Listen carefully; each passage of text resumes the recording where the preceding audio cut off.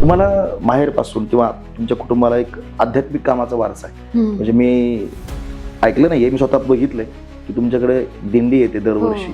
तर हे सगळं कुठून आलं आणि हे धार्मिक आध्यात्मिक कार्याबद्दल तुमच्या सांगा जरा. तर आमचे सासरे कैलासवासी नानासाहेब बारसकर, म्हणजे यांना दिंडी किंवा आमचं घर हायवेला असल्यामुळं काय व्हायचं की दिंडी जाताना सगळ्या घरासमोरून जायच्या.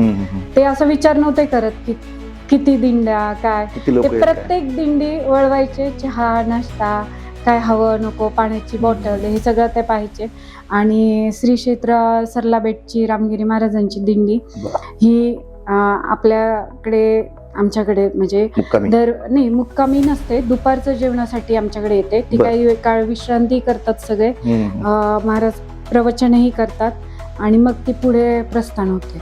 पण गेली 35 ते 40 वर्ष ती सरलाबेटची दिंडी आमच्याकडे नित्यनेमाने चालू आहे. फक्त काही कोविडचा काळ लोटला तर दिंडी दरवर्षी चालू आहे.